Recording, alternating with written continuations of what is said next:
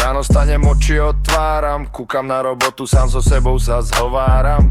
Kde to my na Slovensku žijeme, po vlastnom chrbte sa bijeme.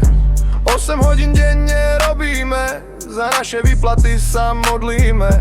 Modlitba výplata mne pomáha, ku zvýšeniu platu nedochádza. Vraveli mi, choď aj ty dobre platia, neverte im, ale tie slova bratia. Všade platia veľkú piču, nebudete mať ani na holú chyžu. Robíme ďalej jak otroci, budíme sa o polnoci.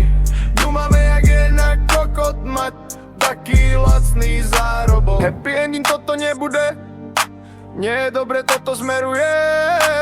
Ostane po nás výrobok a v zemi lacný náhrobok.